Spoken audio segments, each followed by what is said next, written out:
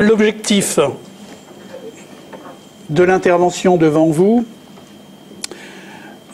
autour du thème de la bienveillance, pour moi, c'est de faire un peu le pari d'exposer, je dirais, l'idée suivante, c'est-à-dire que la bienveillance éducative, la bienveillance dans le domaine pédagogique, j'essaierai de montrer que finalement, dès lors que l'on prend au sérieux à la fois, je dirais, la lettre, mais aussi l'esprit, mais aussi la pratique du socle commun, de compétences, de connaissances, de culture, dès lors que l'on prend ça au sérieux, aussi bien, je dirais, dans la lettre que dans la pratique, eh bien, nous avons toutes les chances d'être dans, je dirais, une pratique bienveillante de la pédagogie aussi bien que de l'éducation. Voilà. Donc c'est un peu la logique de mon intervention, et puis on pourra en parler après autant que vous voudrez. Ah oui, mais alors quand je suis debout, c'est pas très... Ça ira ? Bon, vous me direz, si je cache l'écran, je disparaîtrai.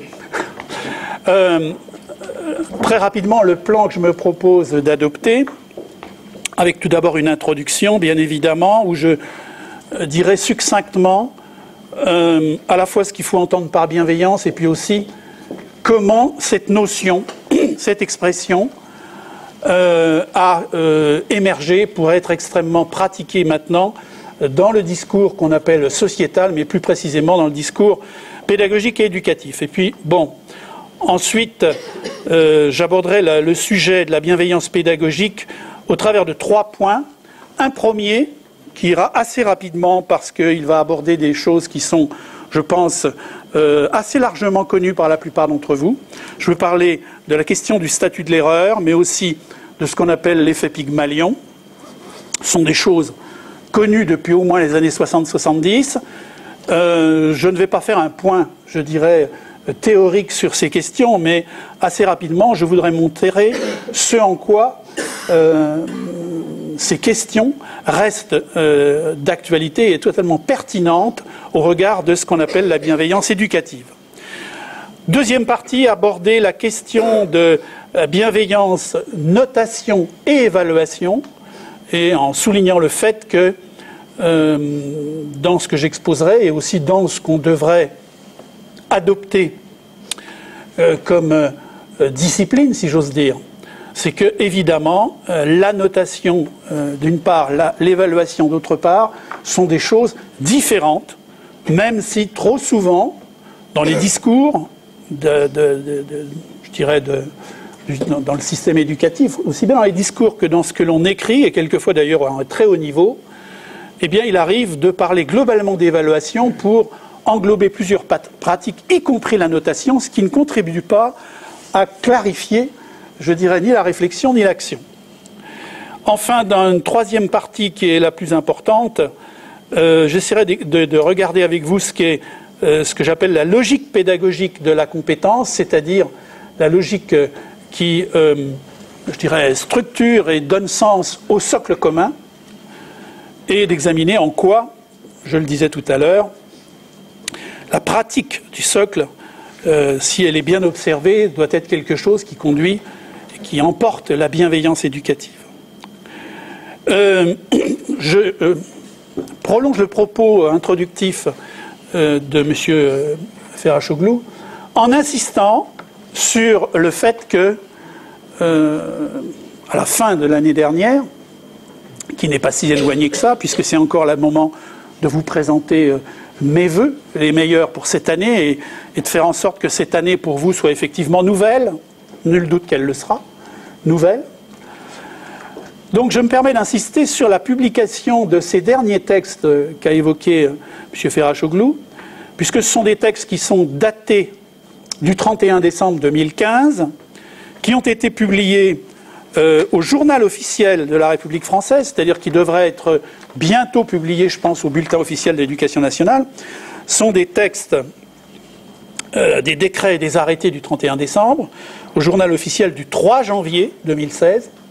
Texte très important puisqu'il y est question, pour 3 d'entre eux, essentiellement de l'évaluation de ces objectifs, de ces démarches, mais aussi des outils qui vont permettre le suivi des élèves, puisqu'il y a un arrêté qui met en place un livret de synthèse des acquis scolaires de l'élève à l'issue de la dernière année de la scolarité de la maternelle. Donc, un livret qui va synthétiser les acquis des élèves à la fin de l'école maternelle. Et d'autre part, autre arrêté, c'est un arrêté du 31 décembre aussi, qui fixe le contenu du livret scolaire de l'école élémentaire et du collège, c'est-à-dire qui stabilise le livret scolaire de l'école obligatoire, c'est-à-dire du cours préparatoire, théoriquement, 6 ans, jusqu'à 16 ans, en 3e, et très souvent, au-delà de la 3e, puisque vous le savez, il n'est pas rare que les élèves sortent légalement de l'obligation scolaire alors qu'ils sont au lycée, qu'ils soient général, technologique ou professionnel. Donc j'insiste là-dessus parce que ce sont des textes importants, et puis aussi pour une autre raison, qui est liée, je dirais, un peu à ce que j'appellerais la culture dominante de notre grande maison, ou si vous préférez de notre corporation, c'est que un des traits de cette culture dominante, c'est que l'intérêt porté au texte, la sensibilité au texte législatif et réglementaire n'est pas quelque chose de très largement partagé dans notre culture professionnelle. Je vais dire ça comme ça. Et c'est très dommage. C'est très dommage. Moi, je me souviens quand j'étais effectivement, il y a quand même quelques années, professeur, les gens qui affichaient de l'intérêt pour le bulletin officiel étaient plutôt regardés de façon un peu suspicieuse. Vous voyez ce que je veux dire, hein ? Je ne suis pas sûr que ce temps soit totalement passé, donc j'y insiste. Alors on sait, parce que c'est quelque chose qu'a mis en évidence la sociologie des organisations depuis très longtemps, on sait que, le changement ne se réalise pas par décret. Bon. Autrement dit, si vous voulez, si on applique cette formule, ça veut dire que, par exemple, la mise en œuvre de la réforme du collège à échéance de la rentrée 2016, la prochaine, ce n'est pas seulement une affaire de décret ou d'arrêté. Bon, ça on se rend bien compte. En revanche, la réciproque n'est pas vraie. C'est-à-dire, l'idée selon laquelle on pourrait, comme on dit, piloter le changement ou accompagner les évolutions du système éducatif, aussi bien de la part des cadres, quels qu'ils soient, que des enseignants ou d'autres acteurs. Donc cette réciproque n'est pas tout à fait vraie.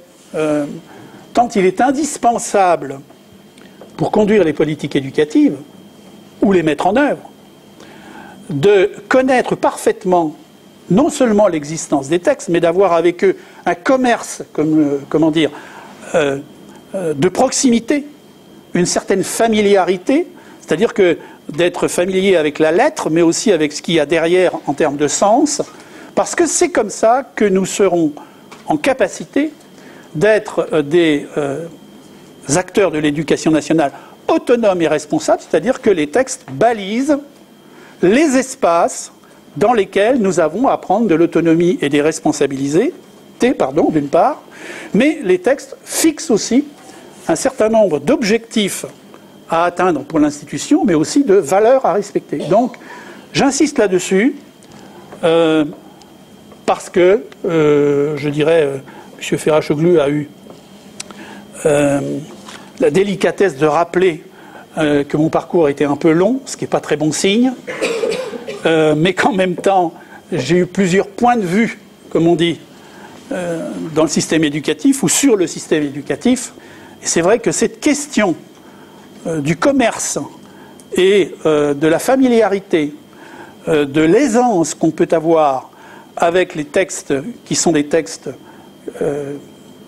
qui définissent les normes, comme on dit, juridiques, législatives, réglementaires, eh bien tout ça est un peu faible dans un système, parce que je pense qu'ils sont très faibles, dans un système qui de plus en plus, d'une part, se décentralise, d'autre part, comme vous le savez, se déconcentre. Or, dans le pilotage d'un système éducatif national, et qui reste national, qui entend le rester, qui se déconcentre et décentralise, eh bien, ce système doit être extrêmement vigilant sur le cadrage national pour effectivement garantir que nous restons dans quelque chose qui est, comment dire, un peu républicain. Voilà, j'en dis pas plus. Je crois que sans plus tarder, je vais entrer dans le corps de mon sujet. Alors voilà, première chose qui va être assez rapide, c'est la question, de la définition de la bienveillance et de l'exploration un peu de son champ sémantique. Si on fait un petit détour par le ou les dictionnaires, ce qui est toujours très utile, même si quelquefois c'est un peu insuffisant, on découvre que finalement la bienveillance, nous dit le dictionnaire, c'est un sentiment par lequel on veut du bien à quelqu'un. Voilà, ça c'est assez simple, et, c'est un sentiment par lequel on veut du bien à quelqu'un. Si on regarde un peu plus loin ce que nous disent les dictionnaires, on précise quand même que c'est une disposition favorable envers une personne inférieure. Alors inférieure, personne ne doit se sentir, je dirais, méprisé ou atteint par cette question. Inférieure au sens en âge, en mérite, ou en position hiérarchique, ou, si j'ose dire, inférieure au sens où, bien évidemment, par exemple, entre des enseignants et des élèves, existe ce qu'on appelle une asymétrie, c'est-à-dire que quel que soit le respect et la considération que l'on doit aux élèves et la bienveillance, il existe un rapport asymétrique qui fait quand même que lorsqu'un adulte, un majeur, parle à un mineur, dans une relation d'éducation, ou si j'ose dire d'élévation, puisque ce sont des élèves, eh bien il y a forcément un rapport d'infériorité, qui, je le rappelle, n'est pas quelque chose de forcément dégradant, et qui est un peu dans lequel peut s'installer la bienveillance. Autrement dit, la bienveillance, elle est du côté, vous le comprenez, de la bonté, de l'indulgence. Ce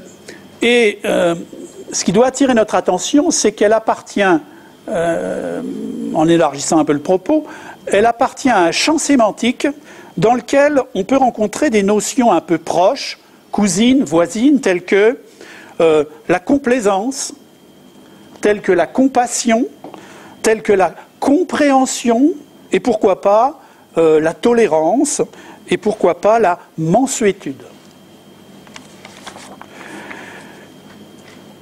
C'est une notion, la bienveillance, finalement assez nouvelle dans le champ scolaire et éducatif. C'est finalement une notion qui est assez peu cohérente avec, je dirais, l'éthique républicaine traditionnelle de l'école. C'est-à-dire, si vous voulez, l'éthique installée par la Troisième République, je dirais, post-ferriste, Jules, bien évidemment. C'est-à-dire une école où les mots-clés étaient quand même effort pour s'élever, discipline, travail, voire ascèse, et aussi un peu sanctuarisation. C'était les mots-clés. On n'y rencontre pas la bienveillance, mais on verra aussi pourquoi tout à l'heure. Et finalement, cette bienveillance, pour en finir avec sa définition, et on y reviendra aussi, il faut que nous soyons extrêmement vigilants avec son acception pour éviter de nous égarer dans des définitions qui finalement seraient contraires, par exemple avec les valeurs et les objectifs du système éducatif, ou si vous préférez de l'école en général. Autrement dit, il faut que nous veillions à ce que la bienveillance reste compatible avec l'exigence pédagogique, d'une part, que nous soyons vigilants sur le fait que la bienveillance doit rester compatible, cohérente, avec l'ambition pédagogique, ou l'ambition scolaire, si vous préférez. Et par exemple, en termes d'orientation. Je dis par exemple. Alors comment est-ce que cette notion est apparue je dirais, ces dernières années, si j'ose dire, dans le paysage. En fait, le mot, c'est un mot qui est usité depuis très très longtemps, qui n'est pas nouveau. Mais curieusement, c'est un mot qui a, comme on dit, saturé le paysage et saturé la société depuis une bonne vingtaine d'années, une petite vingtaine d'années, et qu'on rencontre extrêmement fréquemment dans le discours politique, dans le discours sociétal et pas seulement dans le discours éducatif. En fait, son origine, c'est un concept qui vient d'outre-Atlantique et des États-Unis en particulier. C'est le concept de CARE, C-A-R-E, qui est apparu et qui a été très vulgarisé aux États-Unis à partir des années 1980, et en particulier, en l'occurrence, dans le discours des féministes qui défendaient l'égalité homme-femme. Ensuite, l'usage de ce mot a été renforcé par une grande fréquence dans le discours présidentiel, ou tout au moins dans la campagne présidentielle de l'actuel président des États-Unis, Obama, qui fait son deuxième mandat. Mais enfin, cette notion de care a été aussi diffusée, vulgarisée en France, par exemple, par Martine Aubry, à une époque, qui avait un projet de société qu'elle appelait la Société du care. Je ne sais pas si vous en souvenez. Alors, on pointera aussi que la notion de care en anglais permet de mieux saisir le contour de la bienveillance, au sens où la notion de care en anglais, c'est le soin, et d'ailleurs, pas étonnant que la bienveillance, le care, soit extrêmement fréquent dans son emploi, par exemple dans le discours, dans les documents, dans les politiques qui sont des politiques d'encadrement ou des politiques, je veux dire, médico-sociales ou socio-éducatives. La question du care dans le monde globalement hospitalier, par exemple, est quelque chose de très très prégnant. Donc le care, c'est le soin, c'est le souci, au sens du souci de l'autre, pas au sens de il n'y a pas de souci, ce qui est autre chose. Et puis c'est aussi la sollicitude. Donc finalement, on peut remarquer que la définition du care nous met plus immédiatement, je dirais, dans la bonne acception de la bienveillance que certaines définitions du dictionnaire ou des dictionnaires français. Alors, ça vous l'avez constaté, c'est une notion qui a été très largement reprise dans les discours ministériels, et en particulier dans les discours ministériels au cours de la grande concertation, vous savez, de 2012, qui a été préalable à la loi de refondation de l'école de 2013, et en particulier dans les propos du ministre de l'Éducation nationale de l'époque, Vincent Peillon, qui disait, je cite, alors il parlait de la refondation, construire une école de la confiance, de l'estime de soi et, disait-il, osons le mot, une école de la bienveillance. Vous voyez que, Vincent Peillon, qui était un philosophe très soucieux, je dirais, des formulations et du langage, a employé une sorte de précaution un peu oratoire, vous voyez, en disant « osons le mot », c'est-à-dire qu'il a bien conscience que bienveillance, on ose, mais en même temps, il y a une sorte de vigilance à laquelle on est immédiatement invité. Il disait « la refondation de notre école doit concerner, très important, doit concerner les structures ». Alors les structures, ça veut dire les classes, le nombre de profs par classe, vous voyez ça ? Les structures, mais aussi les esprits et les pédagogies. Et puis, dans les orientations propres à l'éducation prioritaire, qui ont été formalisées en 2014 et qui sont en vigueur aujourd'hui, on peut lire, parmi les objectifs qu'on donne à cette politique, conforter, je cite, une école bienveillante et exigeante. On dit par ailleurs, pour l'éducation prioritaire, que, je cite, l'erreur doit être conçue comme une étape de l'apprentissage, on va y revenir, et on dit aussi que l'évaluation des élèves conduite avec bienveillance repose sur des objectifs exigeants. La bienveillance, c'est aussi une notion qui a très largement structuré la circulaire de rentrée de 2014, puisque un des 4 axes de cette circulaire de rentrée en 2014 s'intitulait « Promouvoir une école à la fois exigeante et bienveillante ». Et puis, dernier exemple de cette prégnance, si j'ose dire, dans un rapport de mon collègue Jean-Paul Delahaye, inspecteur général de l'éducation nationale, un rapport qu'il a fait dans le cadre d'une mission qui lui est particulière, qui lui avait été confiée par la ministre de l'Éducation nationale elle-même. Jean-Paul Delahaye a rendu ce rapport au mois de mai dernier, en mai 2015, un rapport qui s'appelle, je cite, « Grande pauvreté et réussite scolaire ». Dans ce rapport, à page 90 très précisément, eh bien, voilà. Dans ce rapport, page 90 très précisément, Jean-Paul Delahaye écrit la chose suivante, je cite, « Les enfants pauvres ne sont pas de pauvres enfants. Aussi, ne s'agit-il pas d'en rabattre avec les exigences scolaires. Être exigeant scolairement avec eux, c'est les respecter. » Et il ajoute plus loin, il essaie de définir ce qu'il entend par cette exigence.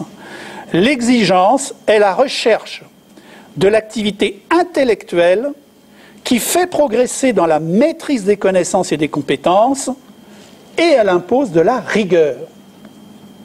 Bon, de la rigueur, bien évidemment pour les élèves, mais aussi pour nous tous, évidemment.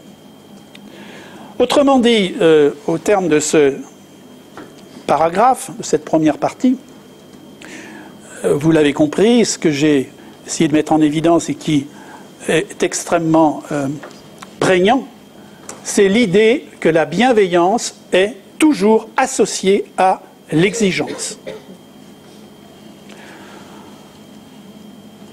Toujours associée à l'exigence.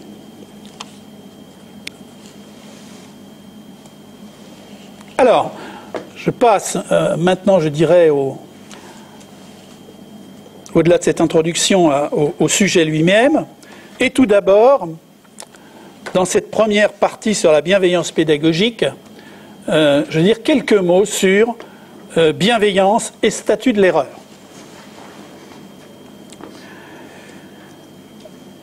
Alors on le sait tous, on le sait, mais en plus je dirais qu'on en est imprégné par la pratique professionnelle. L'erreur de l'élève, traditionnellement, je dirais assez spontanément, l'erreur de l'élève est associée à une faute. Et une faute, ça, je dirais, emporte la nécessité quelquefois du pardon, mais aussi quelquefois de la punition. Vous voyez un peu. Donc on est dans cette logique d'une faute.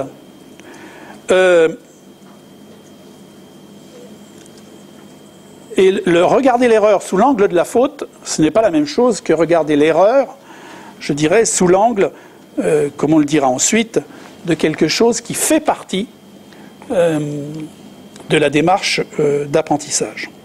Autrement dit, dans l'école traditionnelle, et je dirais qu'elle est encore en vigueur, on a tendance à considérer que si l'élève est sage, s'il fait bien son travail, s'il écoute bien, s'il est attentif, eh bien, il n'y a aucune raison que dans le modèle traditionnel, j'expose, il applique, exposition, application, il n'y a aucune raison, s'il est attentif, s'il est sage, s'il fait bien son travail, qu'il ne réussisse pas, et donc aucune raison qu'il fasse des fautes ou des erreurs.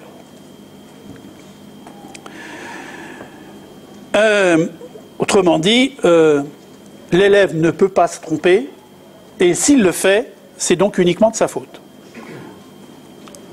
Donc conception traditionnelle. Alors cette conception qui, je dirais, est dans la logique du modèle, je dirais, exposition-application, cette conception a été quand même un peu ou beaucoup bousculée depuis longtemps, hein, depuis les années 70, par, je dirais, l'arrivée d'un modèle qu'on appelle le modèle constructiviste des apprentissages, à la suite, et même avant, Piaget et les autres. Et donc, sous l'influence de ce modèle constructiviste, l'erreur a été, est aussi et surtout maintenant interprétée, cette erreur, comme un indicateur de l'activité intellectuelle de l'élève. Bon, il y a des spectateurs à l'extérieur qui se demandent comment on fait pour assister au spectacle. Et cet indicateur, c'est quelque chose qu'il faut analyser, et si possible d'ailleurs avec l'élève, pour mieux comprendre comment il construit ses apprentissages avec éventuellement des erreurs qui jalonnent le parcours d'apprentissage. Autrement dit, ce que depuis de nombreuses années on a compris, c'est que ce statut de l'erreur, avec ce statut de l'erreur, il y avait, comme on dit, une sorte de changement de paradigme, c'est-à-dire de révolution un peu copernicienne, vous voyez, où on change radicalement de point de vue, avec les conséquences que ça peut avoir sur notre pratique. Donc vous le savez, je ne vais pas insister longtemps là-dessus, il y a eu beaucoup de littérature, enfin de production livresque et bibliographique sur la question de l'erreur et la pédagogie.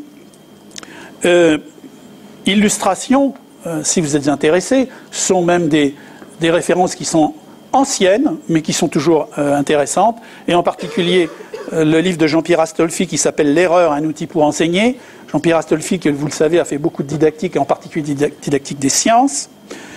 Une très vieille référence, celle d'Yves Chevalard, sur la transposition didactique, très ancien livre, qui concerne essentiellement, mais pas uniquement, mais essentiellement les mathématiques.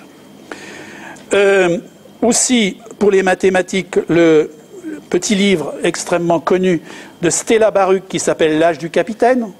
Ça vous dit quelque chose, hein, en deux mots, l'âge du capitaine, pourquoi ? Parce que Stella Baruch introduit son livre par une anecdote, l'anecdote suivante, qui introduit son sujet. Hein.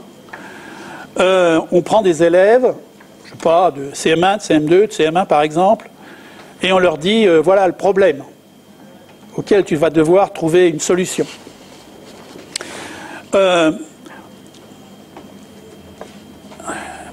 Nous sommes dans un bateau sur la mer qui transporte des passagers, il y en a au moins 250, avec beaucoup d'hommes, de femmes, d'enfants, qui font un voyage touristique ou un voyage d'affaires.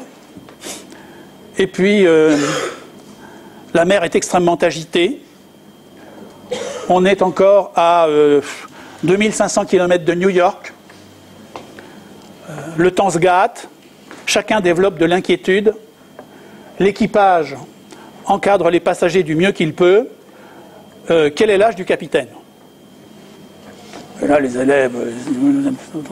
Et il y a des gens qui... Voilà, 45 ans, 32 ans, c'est-à-dire qu'il arrive qu'ils fournissent une réponse, alors que, bien évidemment, vous l'avez compris, dans les données de la situation, rien, sauf le hasard, ne permet de trouver l'âge du capitaine. Donc, ça pour montrer que, si j'ose dire, la forme pédagogique dominante de l'école, dans certains cas, et dans l'école traditionnelle, celle que j'appelle l'école de l'exposition-application, hein, eh bien que la forme pédagogique, la forme scolaire elle-même, induit chez les élèves des attitudes, c'est-à-dire quand on nous donne un problème, on doit trouver une solution pour être un bon élève. Voilà. Je n'insiste pas. Et puis aussi, alors si vraiment vous avez envie d'aborder quelques lectures agréables, stimulantes, mais pas toujours très faciles, hein, ce sont les livres du philosophe Gaston Bachelard, qui entre autres a écrit quelque chose sur la formation de l'esprit scientifique et qui est quasiment l'inventeur de la notion d'obstacle épistémologique et donc qui lui aussi, directement ou pas, parle aussi de l'erreur et de son statut. Très bien. Autrement dit, en bref, sur ce sujet, ce que je voudrais que nous retenions de façon essentielle, c'est qu'il ne s'agit pas, au travers de ces considérations, il ne s'agit pas de supprimer toute difficulté pour éviter les erreurs. Ça a l'air évident, mais le rappeler est essentiel. Il ne s'agit pas non plus, évidemment, de culpabiliser les élèves de les culpabiliser systématiquement lorsqu'ils sont responsables d'erreurs, mais plutôt d'analyser, et si possible avec eux, ce que veulent dire ces erreurs dont je rappelle qu'ils sont des indicateurs sur leur activité ou sur leur démarche intellectuelle. Et puis enfin, ce que je voudrais que nous retenions de cela, très important, mais que nous le retenions de façon tellement, importante, que ça puisse jusqu'à irriguer nos pratiques. Parce que c'est vrai que retenir des choses théoriques, même extrêmement séduisantes, si à aucun moment ces choses ne viennent irriguer nos pratiques, on aura quand même raté la moitié de l'objectif, au moins. Donc, retenir une chose, c'est que l'erreur concerne autant, sinon plus, le maître, le professeur, tout le monde, le chef d'établissement, l'inspecteur, que les élèves.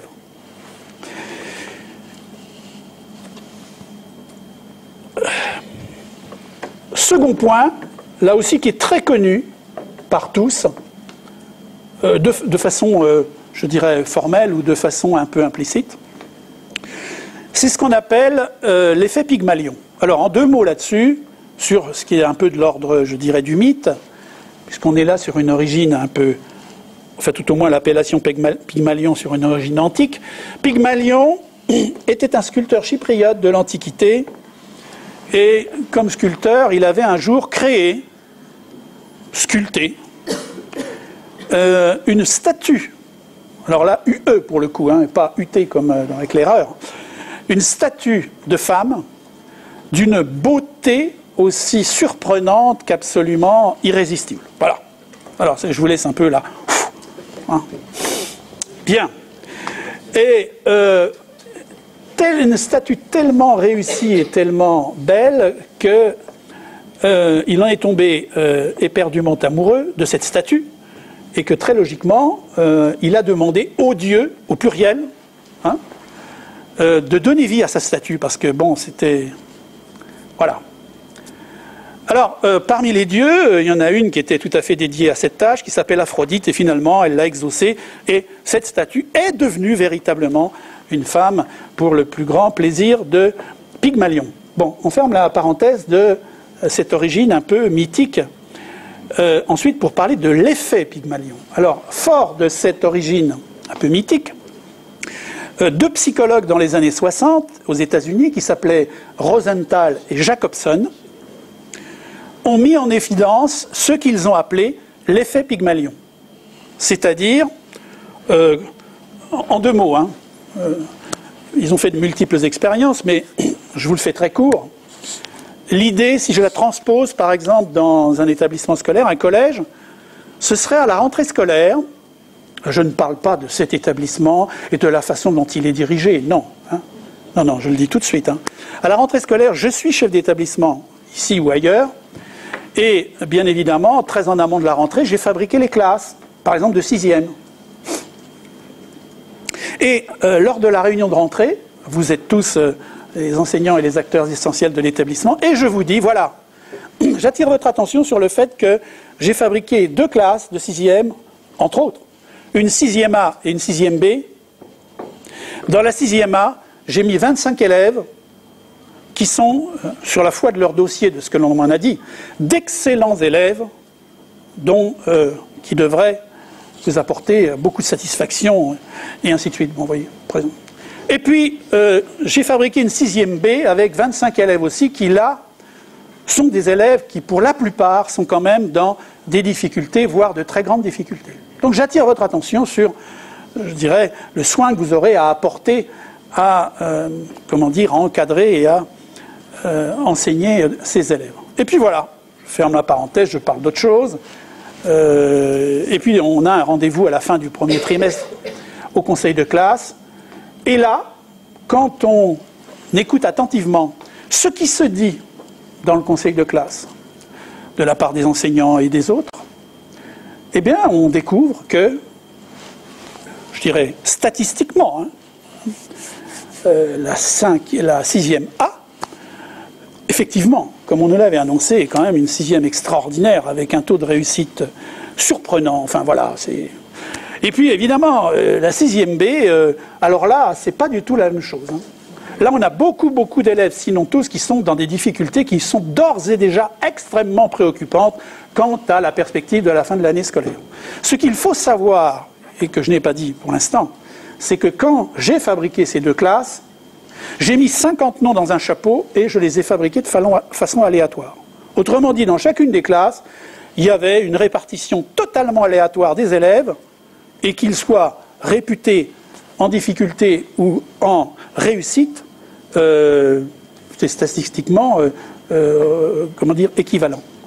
Alors, ce que mettent en évidence les nombreuses expériences qu'ont conduit Rosenthal, Jacobson et bien d'autres ensuite, c'est, si vous voulez, alors ce qu'on est en train de dire là n'est pas de l'ordre du déterminisme absolu, vous voyez ce que je veux dire, mais statistiquement, c'est quelque chose qui est assez,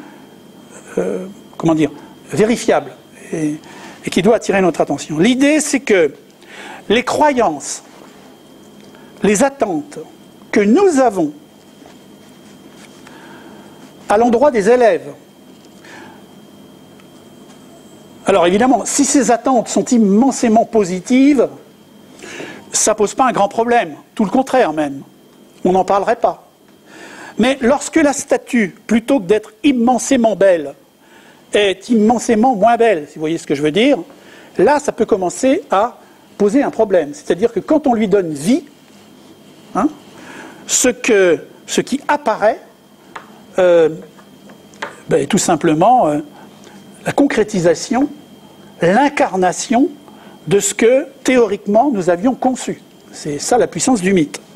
Autrement dit, les croyances et les attentes envers les élèves ont tendance à être confirmées par les évaluations ultérieures des performances de ces élèves-là. Des performances, mais à la limite aussi de leur posture, comme on dit, ou de leur rapport aux apprentissages. Il y a donc intégration de ces attentes positives ou moins positives, voire négatives, intégration de ces attentes par les enseignants comme par les élèves. Et d'ailleurs des attentes qui sont intégrées par les acteurs, enseignants ou élèves, et des attentes qui ont tendance à faire advenir ces attentes. Autrement dit, il n'est pas rare que la projection des préjugés des adultes sur les élèves devienne réalité. Autrement dit, ce que l'on retient de cette affaire, pour aller simplement à des choses pratiques, c'est qu'il faut absolument nous garder, je dirais, de ce qu'on appelle les prophéties autoréalisatrices. Parce que ces prophéties sont généralement intégrées par l'élève dans une posture. Alors s'il intègre une posture d'élève brillant, autonome, qui réussit, tout va bien. S'il intègre une posture définitive d'élève en difficulté qui n'y arrive pas, il a des chances tout simplement de s'installer dans le statut d'élève en difficulté, de se faire reconnaître comme tel, et au bout du compte, je dirais que ces prophéties agissent comme, disent les sociologues, une sorte d'assignation, alors non pas d'assignation à résidence au sens juridique ou policier du terme, mais comme une assignation symbolique, une assignation scolaire, qui concourt au déclassement. J'insiste, je ne suis pas en train de décrire ici un processus déterministe. Je suis en train d'ici souligner des choses qui statistiquement, lorsqu'on a affaire à des groupes d'élèves, peuvent être vérifiables. Autrement dit, ce que l'on retient de cette affaire, c'est que dans nos relations avec les élèves, mais aussi dans nos relations avec nos collègues, pardon, nos relations avec les familles, évidemment, eh bien, il faut absolument nous garder d'exprimer des attentes négatives qui deviendraient ce qu'on appelle des paroles destin. Donc ça interroge très très fortement, je dirais, toutes les pratiques et beaucoup de pratiques scolaires qui sont en vigueur. Exemple, évidemment, si vous voulez, c'est ce qui peut se passer, par exemple, quand on échange en termes de bilan, comme je le disais tout à l'heure, dans un conseil de classe, ou ce qui peut se passer lorsque l'on, avec les meilleurs objectifs du monde, on travaille sur ce qu'on appelait la liaison école-collège, la continuité école 6e, qui aujourd'hui se pose sous un nouveau jour, dans le cadre du nouveau cycle 3, mais qui peut néanmoins conduire à la même chose si on n'y prend pas garde. C'est-à-dire, avec la meilleure des intentions, vouloir installer des continuités dans le suivi des élèves qui, au bout du compte, si on n'y prend pas garde, peuvent aussi créer des sortes d'assignations à, j'ai envie de dire, à résidence scolaire, c'est-à-dire assignation dans un statut d'élève en difficulté. Alors évidemment, il ne s'agit pas de couper toute communication entre l'école et le collège, mais il s'agit d'être extrêmement vigilant sur ce que l'on construit comme attente quand on passe les consignes, si j'ose dire, quand on passe les dossiers, quand on passe le relais. Parce que, bien évidemment, il est important de pointer que le petit Xavier ou que la petite Henriette rencontre telle ou telle difficulté. Mais si on en reste simplement à cela, on y reviendra tout à l'heure, on risque tout simplement de nourrir une sorte nourrir une sorte d'assignation qui va faire que je vais m'installer dans la certitude que j'ai affaire à un élève en difficulté, si à un moment donné dans mes pratiques, dans mes attitudes, dans ma posture, dans mon discours, dans ma considération, je lui passe ce message-là, il y a des chances que ça conforte quelque chose du vécu précédent et qu'on s'installe, pour le coup, dans une belle continuité. Donc on pointera que la continuité en tant que telle n'est pas une valeur. La continuité n'est pas une valeur. La continuité peut concerner des choses totalement néfastes qu'on aurait intérêt à rendre discontinues.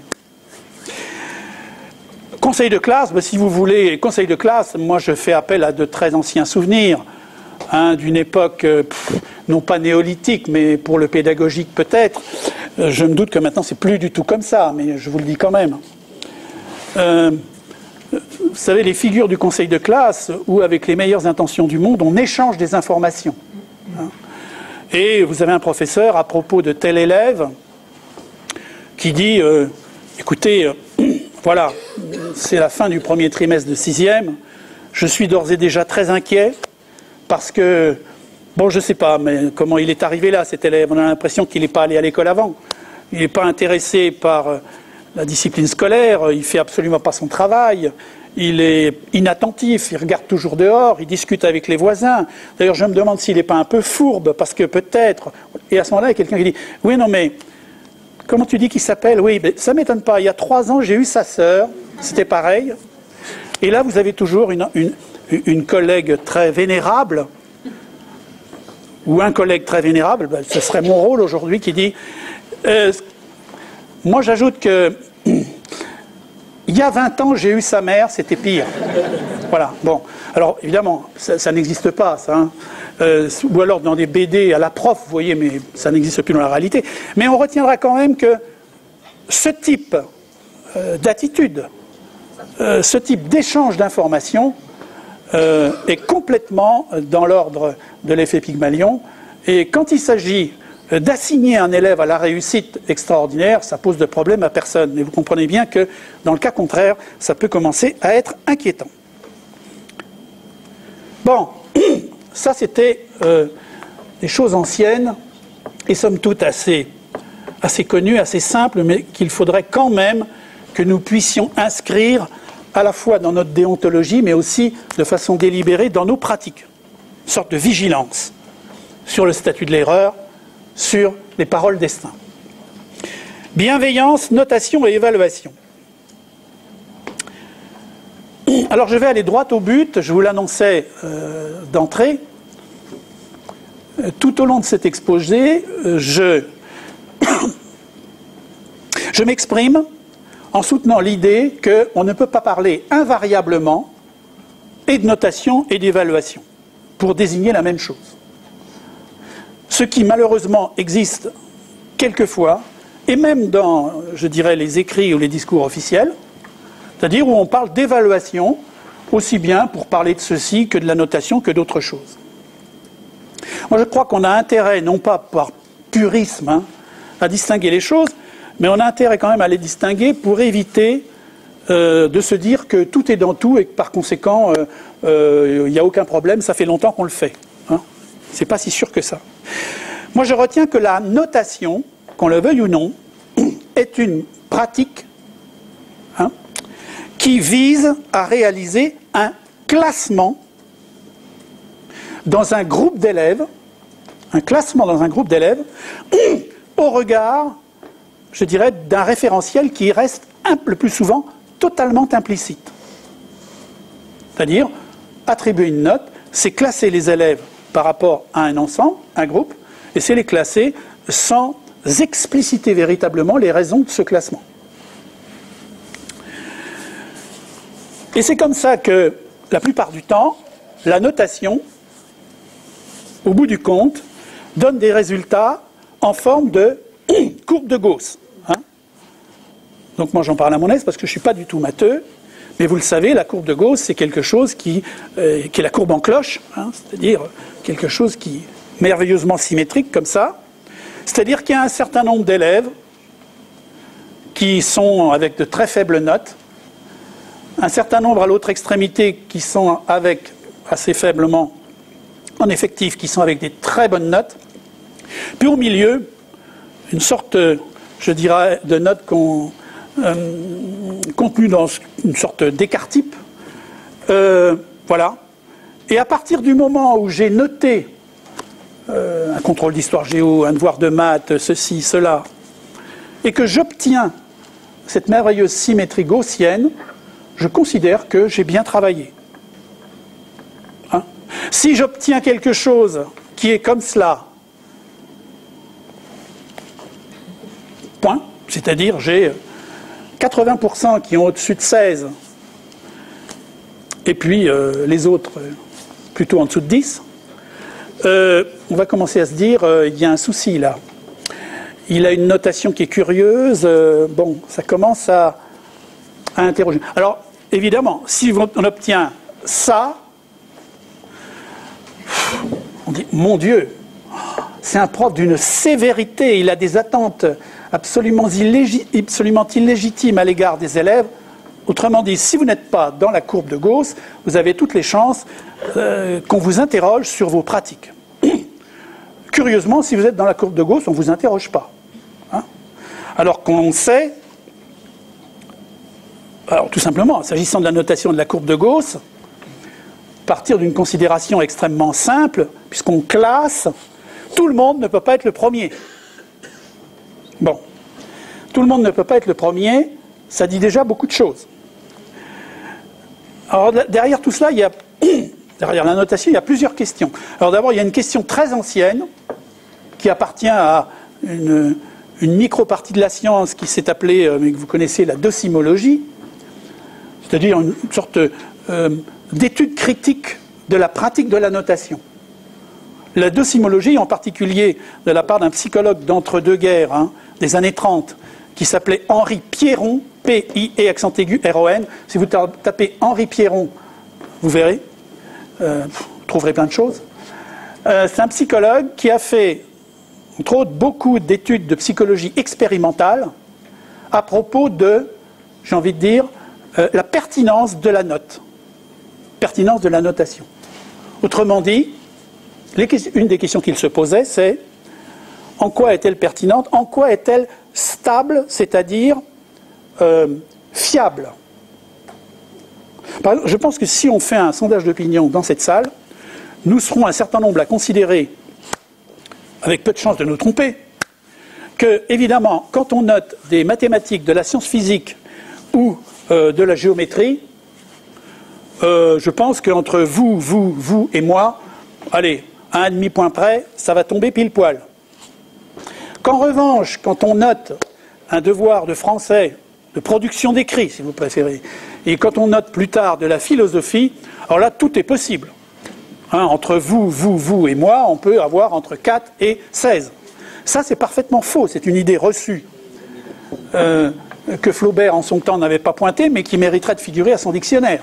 C'est totalement faux, et justement, Henri Pierron et bien d'autres ont montré, quand on regarde, par exemple, ce qui se pratique sur des notations à grande échelle, du style, je ne sais pas, DNB, brevet des collèges, hein, ou baccalauréat, la notation d'une même copie que l'on fait circuler pour être corrigée par X enseignants, il n'y a absolument pas de stabilité de la notation, fût-ce dans des disciplines réputées scientifiques et dures. Autrement dit, l'empan, si vous préférez, ou l'écart de notation pour une même copie, que ce soit en mathématiques ou en philosophie, est un écart très important. Et Pierron, entre autres, s'était posé la question suivante, je vous renvoie à ses écrits. Il faudrait faire corriger une copie de bac par combien d'élèves, par exemple en physique, par exemple en philo, pour atteindre une sorte de, comment dire, de constante dans la notation. Vous voyez, c'est-à-dire se dire, il y a 120 notes différentes, qu'est-ce qui sort comme dominante? Et c'est comme ça, je vous renvoie à ces écrits, mais c'est impressionnant. Donc, il y a cette question vis-à-vis de la notation. Mais il y en a une autre, hein, qui est aussi pour nous très importante, où il y en a plusieurs autres. C'est, plus simplement, quand je note, quel est le sens de la note pour moi? Lorsque je mets 14 ou 8 à une production d'élèves, quelle qu'elle soit, quel sens ça a pour moi? C'est-à-dire, on pourrait dire, monsieur ou madame, vous venez d'attribuer telle ou telle note à tel ou tel élève, sur chacun d'eux, que signifie précisément cette note pour vous? Ça, c'est une question assez simple que je nous engage à examiner de temps en temps quand on a une minute pour se poser. On peut poser la même question à l'endroit de l'élève. L'élève X ou Y qui reçoit 8 ou qui reçoit 14, qui reçoit 18 ou qui reçoit 2, la question très importante, c'est pour lui, l'élève, quel est le sens de cette note? En clair, vous venez d'avoir une note, combien c'est? 4. Vous venez d'avoir une note 16. Que signifie pour vous le 4? Que signifie pour vous le 16? C'est très important. Autrement dit, globalement, la bonne question, au-delà des questions soulevées par Pierron, la question c'est que nous dit la note?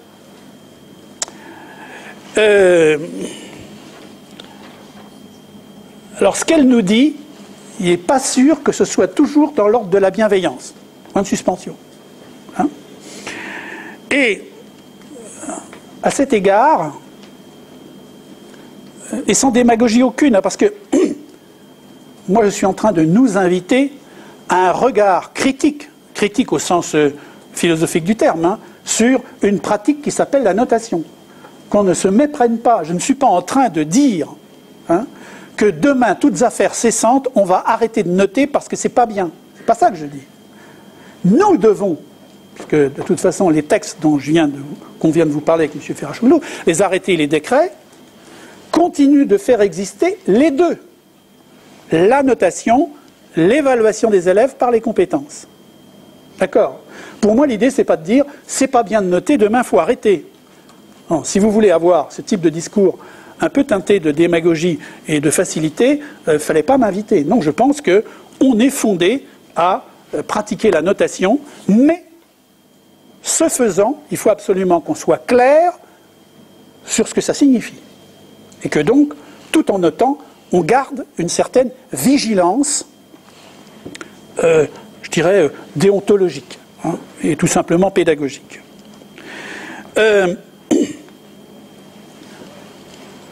Donc je disais, cette vigilance critique, il faut absolument qu'on l'exerce à l'endroit de ce que l'on fait avec les notes, par exemple, dans des moments extrêmement importants, entre autres, que sont les conseils de classe. Lorsque sur une même discipline, on fait une opération arithmétique qui s'appelle le calcul d'une moyenne, et qu'ensuite, avec chacune des moyennes, on en fait encore une autre, autrement plus audacieuse, qui aboutit à ce qu'on appelle une moyenne générale. Je crois qu'on a intérêt à s'interroger sur le sens. Alors non pas pour dire on arrête de noter, mais peut-être pour dire que la notation, ok, si on sait ce qu'on fait quand on le fait, mais c'est clair que c'est insuffisant pour répondre à la question qu'on nous pose. Et la question qu'on nous pose, c'est aussi celle de l'évaluation. Alors qu'est-ce que c'est que l'évaluation quand on ne la confond pas indifféremment avec la notation? L'évaluation, au sens étymologique du terme, évaluer, c'est exprimer la valeur. Voilà. Exprimer la valeur. Autrement dit, ce que l'on nous demande, disons-le tout de suite, ce n'est pas tant d'évaluer les élèves que d'évaluer les acquis des élèves. D'ailleurs, lisez attentivement les textes dont on parlait tout à l'heure. Vous y trouverez un certain nombre d'adjectifs qualificatifs qui montrent qu'il faut évaluer, noter avec bienveillance, ce qui n'exclut pas l'exigence. Et vous y trouverez aussi qu'on parle non pas d'évaluation des élèves, mais d'évaluation des acquis des élèves. Parce que évaluer un élève, c'est exprimer la valeur de cet élève. C'est-à-dire, c'est exprimer la valeur de l'individu. Pour moi, évaluer un élève, c'est dire il est courageux, il est fourbe, il est assidu, il est absent, il est... c'est-à-dire que j'exprime un certain nombre de valeurs qui s'attachent à la personnalité de l'élève. Ce que l'on nous demande, c'est pas ça. On nous demande d'exprimer la valeur des acquis des élèves. Alors c'est quoi les acquis des élèves? Les acquis des élèves, c'est qu'est-ce qu'il a acquis comme connaissances. Ça, tout le monde sait ce que c'est, les connaissances, hein. Il y en a normalement, une des fonctions de notre travail, c'est effectivement de transmettre, de faire en sorte que les élèves s'approprient un certain nombre de connaissances qui figurent dans des référentiels qu'on appelle les programmes, disciplinaires ou non d'ailleurs, ou interdisciplinaires. Donc les acquis, c'est des connaissances, c'est aussi des capacités, ce qu'on à une époque on appelait un peu des savoir-faire, si vous préférez, hein. Et puis ce sont des attitudes. Autrement dit, quand on nous demande d'évaluer les acquis en termes de connaissances, de capacités et d'attitudes, on nous demande d'évaluer les compétences des élèves. Alors j'attire l'attention sur le fait que ça n'a l'air de rien, mais il ne s'agit pas d'évaluer seulement ou prioritairement l'être et la façon d'être d'un élève, mais d'évaluer ce qu'il sait ou ce qu'il sait moins, ou ce qu'il est en voie de savoir, si j'ose dire. Cette distinction qui a l'air assez, comment dire, assez basique, assez élémentaire, assez, comment dire, simple, ne l'est pas tant que ça. Et en tout cas, cette distinction, elle est complètement fondamentale si on veut effectivement être dans la bienveillance tout en étant dans l'exigence.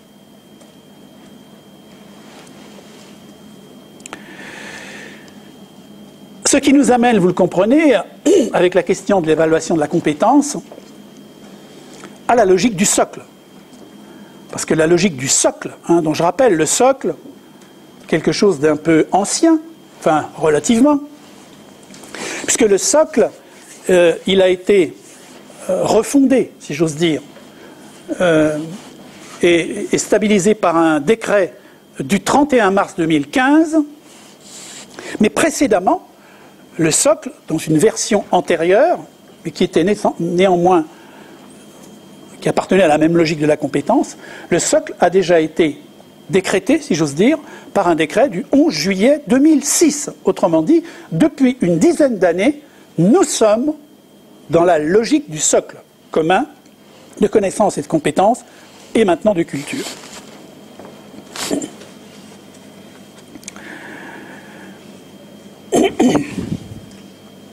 Alors au bilan, sur cette question de notation-évaluation, on retient que la notation, et j'y insiste, il ne s'agit pas pour moi d'être dans une sorte de stigmatisation des pratiques des unes ou des autres en disant il y a une pratique qui est très bien, c'est l'évaluation, il y a une pratique qui est mauvaise, c'est la notation.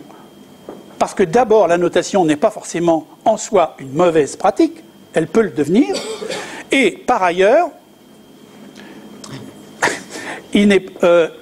l'évaluation en tant que telle n'est pas forcément non plus une bonne pratique.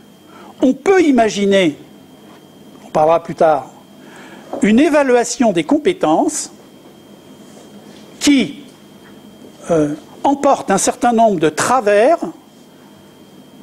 qui feraient que l'évaluation de la compétence, par exemple, entraînerait une sélection des élèves, une sélection, infondée, parce que, par exemple, faisant appel chez les élèves à des capacités, à des attitudes, à des connaissances qu'on ne leur aurait jamais explicitement enseignées à l'école, mais que l'on attendrait d'eux comme étant légitimement construites dans leur milieu social et culturel.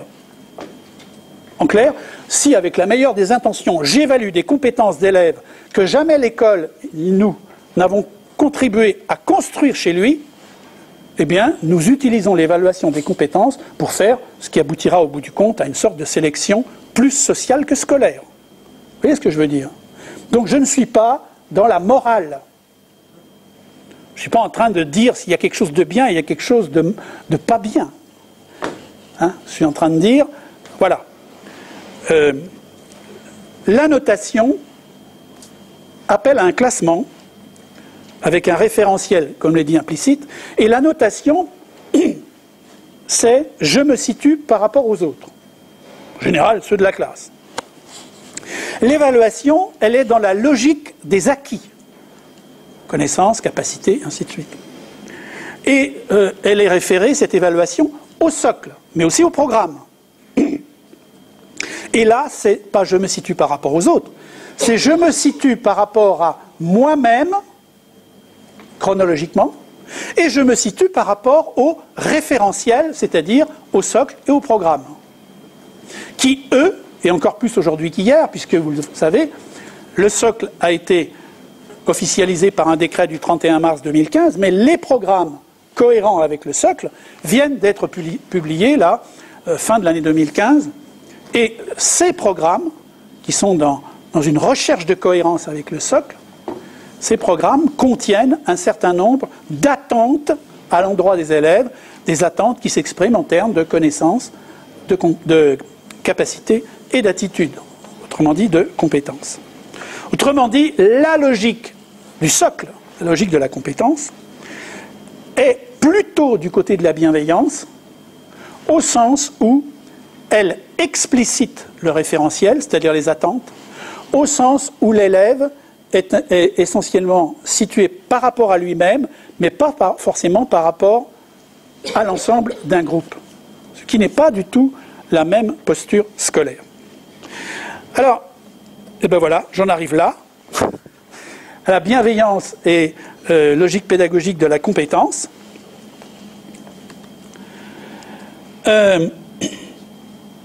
Autrement dit, ce qui est au cœur même de la logique du socle, la logique pédagogique du socle, et ça vous le savez, c'est essentiellement trois choses.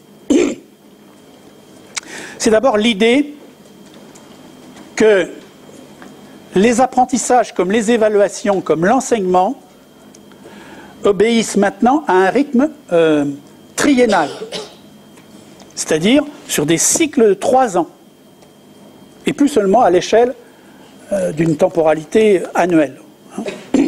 Les cycles. Je vous rappelle que les cycles, c'est une affaire qui a été contenue dans la loi d'orientation Jospin de 1989, c'est-à-dire une petite vingtaine d'années. Ce qui est au cœur du socle, c'est la compétence. La compétence, on va y venir après,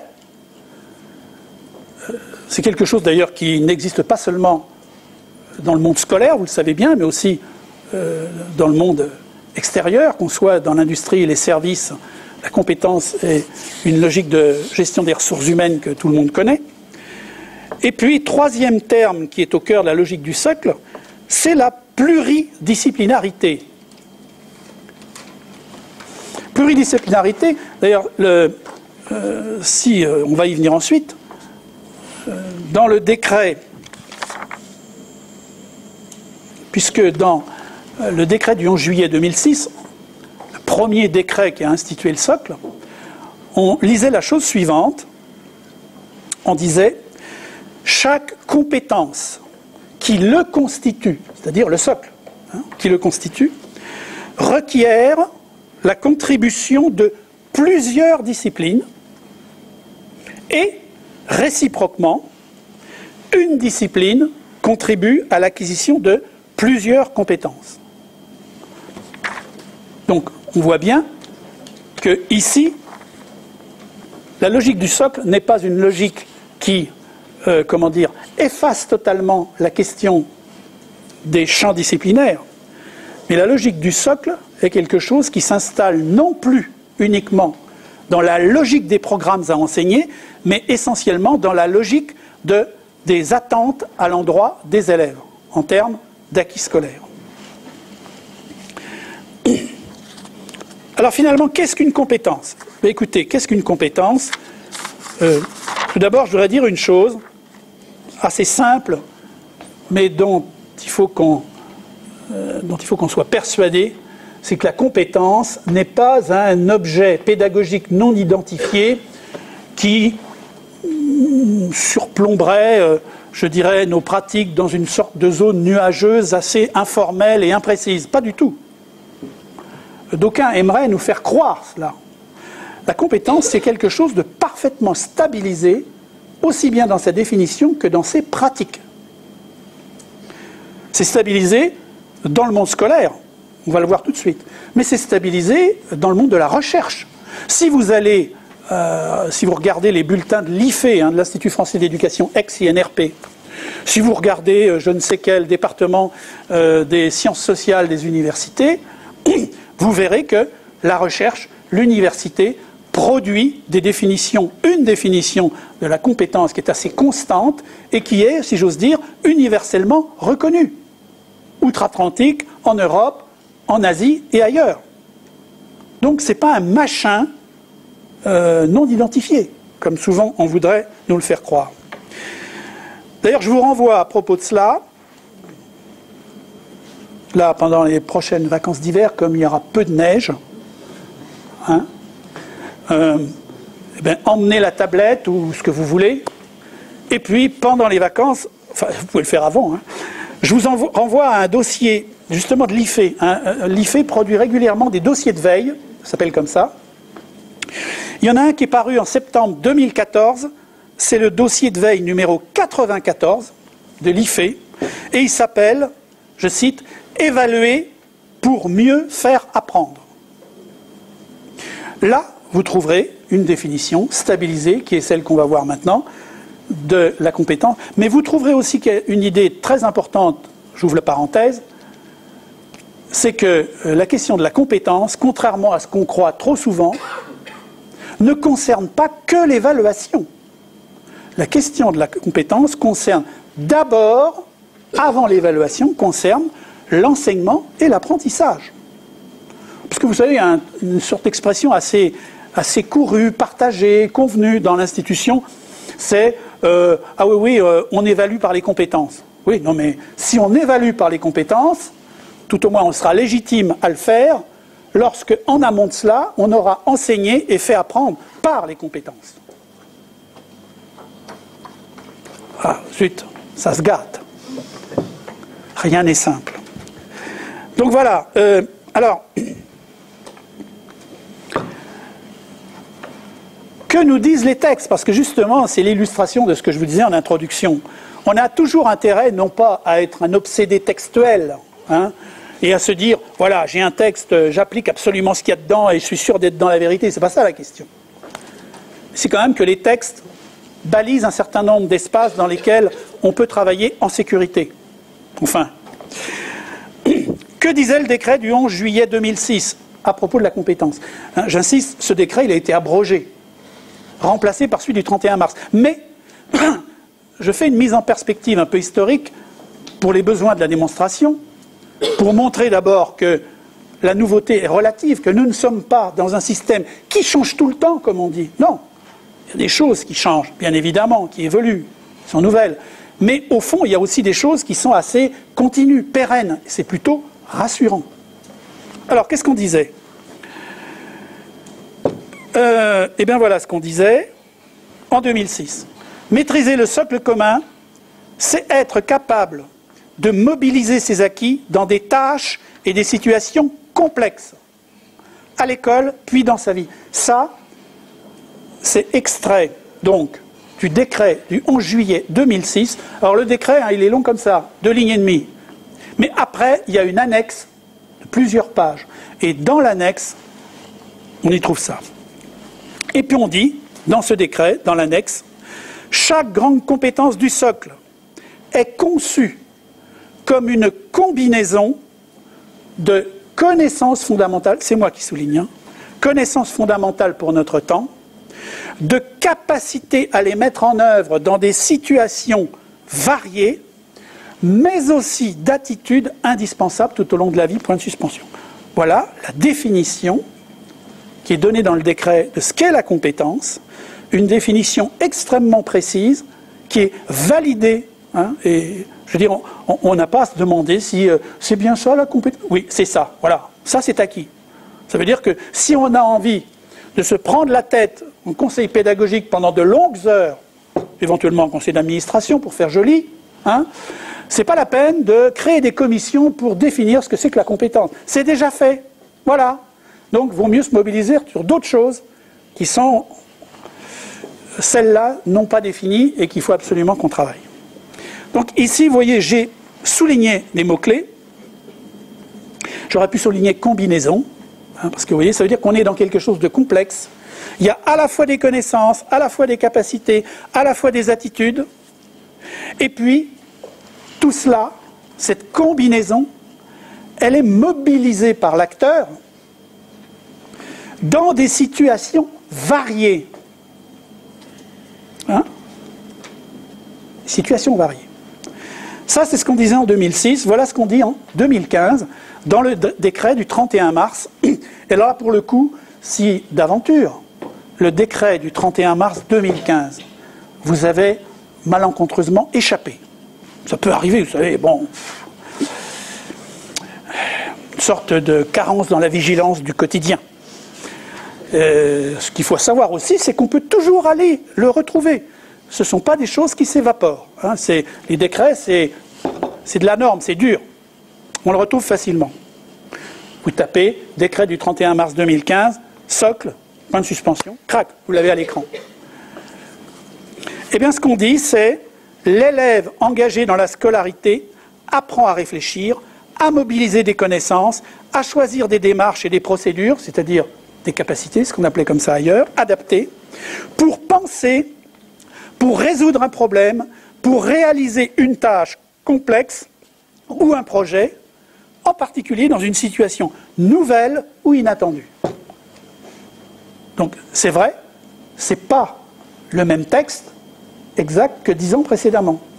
Mais quand on regarde le sens, on est quand même dans quelque chose qui est très, très constant. Et puis, sur la compétence, qu'est-ce qu'on dit en 2015 ? Il y a moins d'1 an.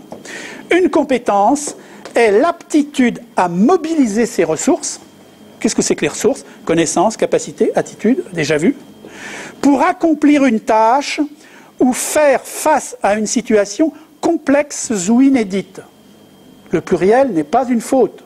Ça veut dire que ce qui est complexe et inédit, c'est à la fois la situation ou la tâche.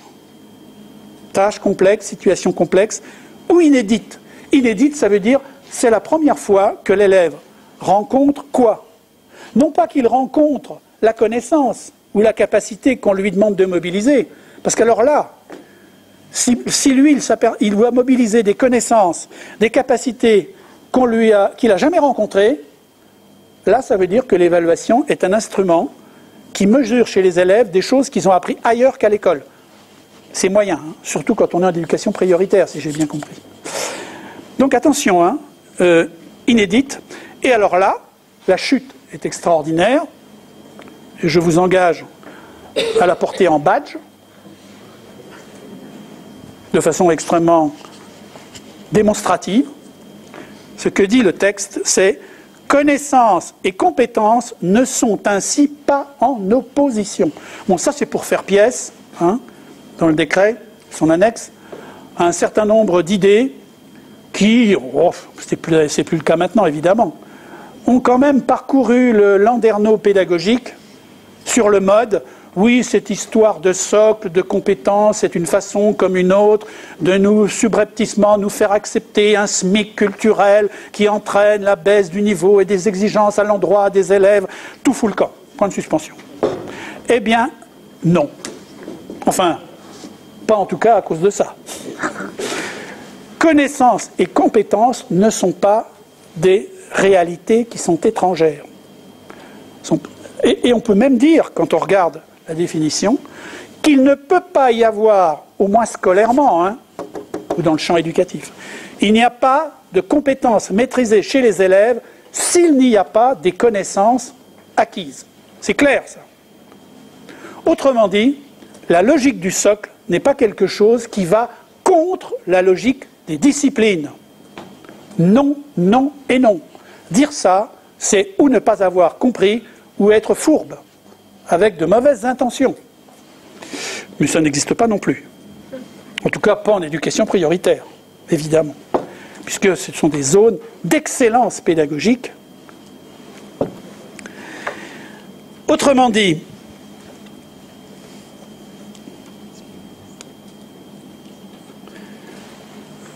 ce qu'on retient, c'est qu'il y a, je dirais, un certain nombre de constantes dans la logique de la compétence. Quelles sont ces constantes? Eh bien, les voilà. Qu'est-ce qui est constant, que ce soit en 2006, en 2015? C'est-à-dire des choses qui sont, si j'ose dire, des pierres, des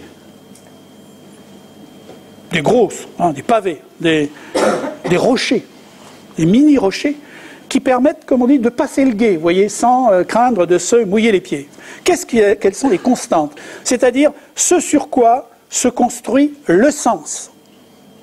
C'est tout d'abord le fait que, dans la logique de la compétence, il y a la question de la mobilisation par les élèves de ce qu'on appelle des ressources personnelles.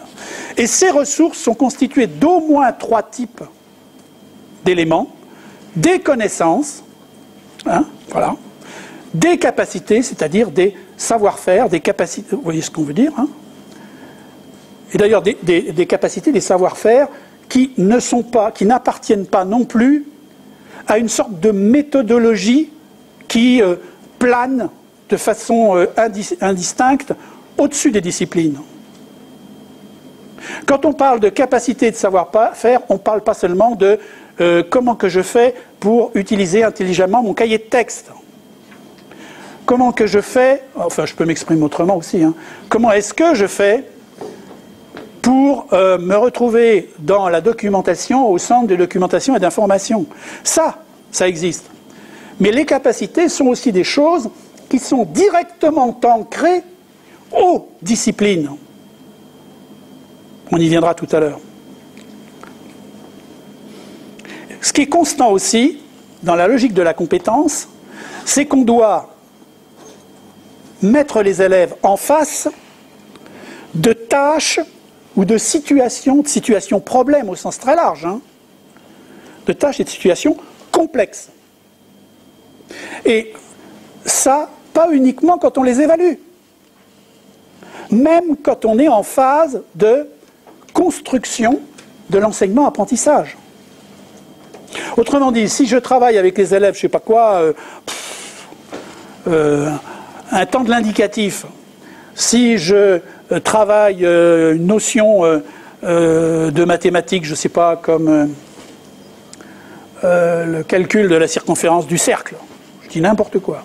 Si je travaille avec les élèves ce que c'est la démocratie entre Athènes au 5e siècle et le milieu du 19e siècle ou la fin, à chaque fois, et non pas seulement quand j'évalue, mais quand j'installe, quand je structure chez les élèves des apprentissages, je le fais souvent, pas forcément toujours, mais très souvent, dans des tâches complexes. C'est-à-dire, il y a des moments, vous et moi on le sait très bien, il y a des moments dans l'apprentissage où on doit intégrer des choses, qu'on doit autant que possible fixer en magasin en tant que ressource dans la mémoire. Je ne sais pas, moi, il y a des trucs c'est pas la peine de mettre les élèves en groupe de travail pour leur faire découvrir que tous les verbes en A prennent 2P sauf. Bon, si on veut leur faire découvrir ça, qu'un beau projet, hein, ça va occuper au moins un trimestre.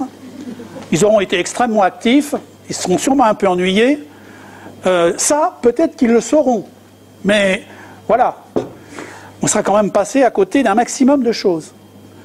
Donc, je pense que là, pour le coup, il y a des choses qui s'apprennent et qui ne s'apprennent pas forcément dans des tâches complexes, vous voyez ce que je veux dire.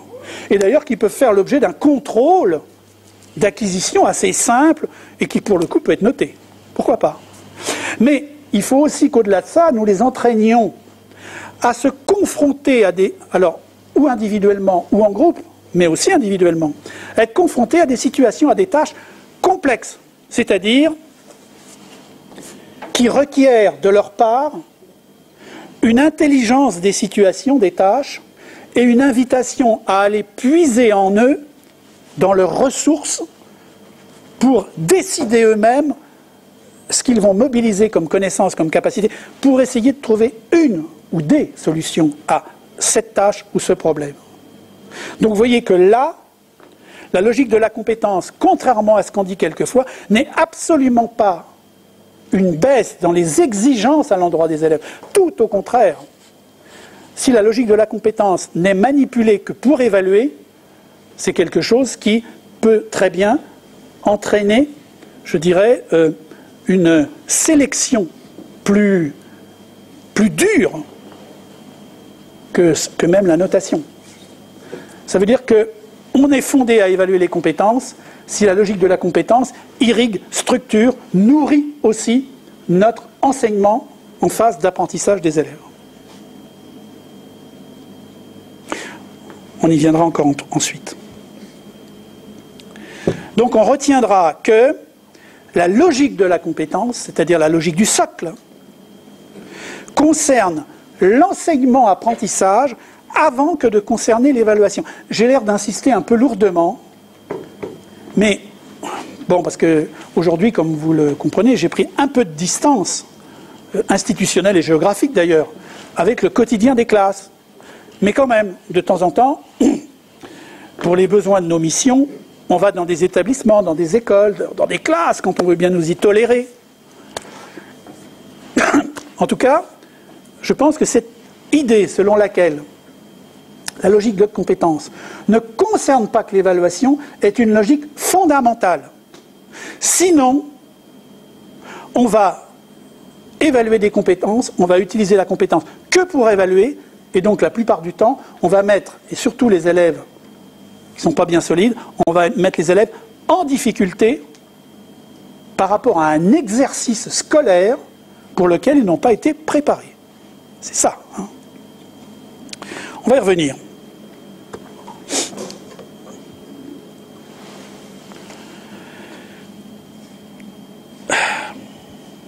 Autrement dit, la question de savoir mobiliser ses ressources, ça veut dire d'abord qu'on en a. Mais tout le monde en a des ressources. Hein. Personne n'est sans ressources. Enfin, au sens de capital, de savoir et compagnie. Hein. Je ne parle pas des ressources financières. Savoir mobiliser ses ressources pour exécuter une tâche ou résoudre un problème complexe, ça fait partie des choses pour lesquelles nous devons enseigner, entraîner les élèves. ça fait partie aussi, alors ce qui fait partie aussi régulièrement des pratiques, ensuite, c'est de procéder à des évaluations de cela. Et de procéder à des évaluations dans des situations inédites. Ça veut dire que si pendant 5, 6 semaines, j'en sais rien, ou un trimestre, ou 15 jours, on a installé des connaissances, construit des capacités, confronté les élèves à des tâches complexes ou à des situations complexes, d'accord. À un moment donné, on passe non plus à une évaluation formative, mais un peu sommative.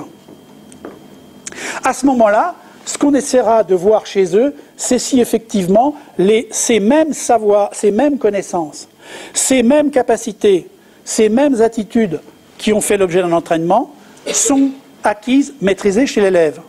Ça, c'est constant. Mais ce qui varie, c'est la tâche ou la situation.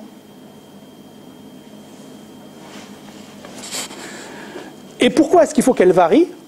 Parce que justement, le pari que l'on fait, c'est le pari de l'activité intellectuelle de l'élève qui est capable d'aller d'identifier d'abord la nature d'un problème. On lui colle une situation problème pour la résoudre. Est-ce que je dois passer par, comment dire, d'abord, qu'est-ce que c'est que cette figure à caractère géométrique qui existe dans le problème? Est-ce que je suis capable de la qualifier? C'est un parallélogramme, c'est je sais pas quoi, vous voyez? Est-ce que c'est un triangle? Et ensuite, je mobilise mes connaissances construites sur, je sais pas, sur le calcul d'aire de la surface, sur le périmètre, sur je sais pas quoi, la théorie des diagonales, sur je ne sais quoi, pour voir si ça peut constituer une réponse au problème qu'on m'a posé.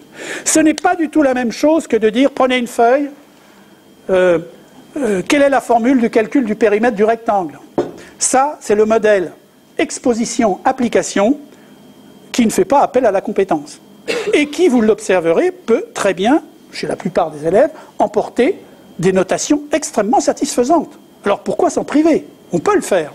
Mais pour autant, on n'est pas dans l'évaluation d'une compétence. C'est-à-dire, on n'est pas dans quelque chose qui forme à un niveau supérieur.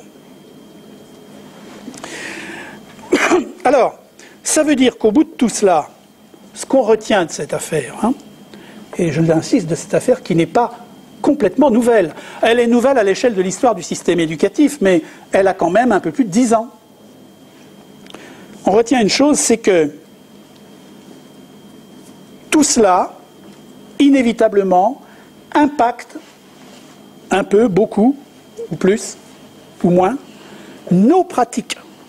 Et quand je dis nos pratiques, c'est les pratiques des enseignants, c'est les pratiques des conseillers principaux d'éducation, c'est les pratiques des personnels de direction, c'est les pratiques des personnels d'inspection, territoriaux et généraux.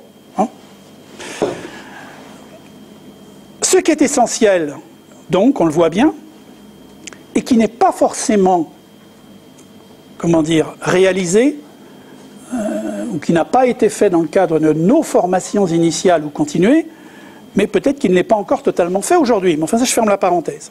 Ce qui est essentiel, c'est que nous soyons capables de conduire un travail qui est de l'ordre de ce qu'on appelle l'ingénierie pédagogique. C'est-à-dire que, bien évidemment, si je veux enseigner une discipline, quelle qu'elle soit, il est absolument indispensable que je maîtrise cette discipline. Au niveau de la licence, au niveau du master, au niveau de tout ce que vous voulez. Ça, c'est donné. OK. Maintenant, à côté de cela, il y a la nécessité aussi que je maîtrise un minimum d'ingénierie pédagogique. C'est-à-dire que je sois capable, par rapport à un projet de formation pédagogique, d'enseignement, de distinguer ce que je vais devoir construire chez les élèves en termes, on y revient, eh bien, de connaissances, de capacités, d'attitudes, que je sois capable de créer des situations qui soient des situations de structuration de l'apprentissage ou d'enseignement, et puis qu'à un moment donné, je sois capable, à l'échelle de l'année ou à l'échelle du cycle, de camper des situations, problèmes ou des tâches complexes qui vont permettre de répondre à la question qui nous est posée. Ce n'est pas une option. la question, ça fait déjà un moment, nous est posée, et elle est renforcée par les derniers décrets, au moins à chaque fin de cycle, hein, la question qui est posée, c'est est-ce que tel élève, celui-ci, celui-là, à la fin du cycle 1, 2, 3 ou 4, est-ce qu'il maîtrise pas du tout, un peu, en voie de façon satisfaisante ou de façon exceptionnelle, telle compétence, c'est-à-dire telle attente qui figure dans le socle. Et les décrets dont on parlait tout à l'heure installent de façon officielle une typologie de 4 degrés de cette évaluation. Hein. C'est pas du tout en voie de maîtrise satisfaisante, maîtrise exceptionnelle, ou quelque chose comme ça. Nous devons répondre à cela.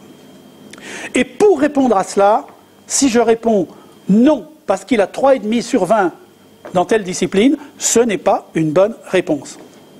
Parce que tout simplement, 3,5 sur 20 ne me dit rien sur son degré de maîtrise de telle connaissance, de telle capacité. Donc vous le voyez, qu'il y a là un travail essentiel d'ingénierie pédagogique à faire. À faire où? Eh bien, je ne sais pas, dans les conseils de cycle, dans les conseils pédagogiques. D'ailleurs, vous observerez que des conseils de cycle ont été institués pour le cycle 2. Pour le cycle 1, c'est la maternelle. J'en parle pas parce qu'en fait, la maternelle n'est pas vraiment concernée par le socle, puisque c'est le socle de la scolarité obligatoire. Mais peu importe. Il y a un conseil de cycle 2, hein, qui se termine au CE2 d'ailleurs, hein, si je me souviens bien. Il y a un conseil de cycle 3 qui se termine à la fin de la 6e. Et quand on posera cette question à la fin du cycle 3, on ne la posera pas seulement aux profs de 6e. La question de la maîtrise ou de la non-maîtrise de telle ou telle compétence, c'est une question qui méritera aussi d'être posée à l'ensemble des enseignants du cycle 3. Mais vous observerez pour en finir qu'il n'y a pas de cycle 4. Enfin, si, cycle 4. Il n'y a pas de conseil de cycle 4. Alors bon, voilà. Je ne sais pas pourquoi, il n'y a pas de conseil de cycle 4. Je veux dire, il n'y a pas de conseil de cycle 4 qui est prévu institutionnellement.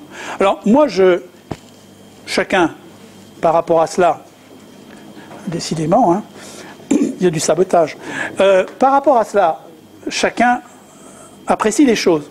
Mais moi, je suis de ceux qui pensent que dans les collèges, ça, les équipes de direction et les équipes pédagogiques l'apprécieront, mais je pense qu'il serait, même si ce n'est pas obligatoire, assez judicieux quand même, de temps en temps, si c'est possible, de réunir un conseil de cycle 4, parce que quand même, à la fin du cycle 4, on aura à s'exprimer sur des degrés de maîtrise qui nourriront aussi l'obtention ou la non-obtention du diplôme national du brevet. Là aussi, ceux qui sont concernés, ce n'est pas simplement les gens, les profs de 3e. Donc, éventuellement, même si on ne vous demande pas de le faire, peut-être que, ici ou là, nous serions bien inspirés de réunir de temps en temps le conseil de cycle 4. Bien. Exemple. Alors, un exemple, si vous voulez, pour donner un peu de chair à tout cela.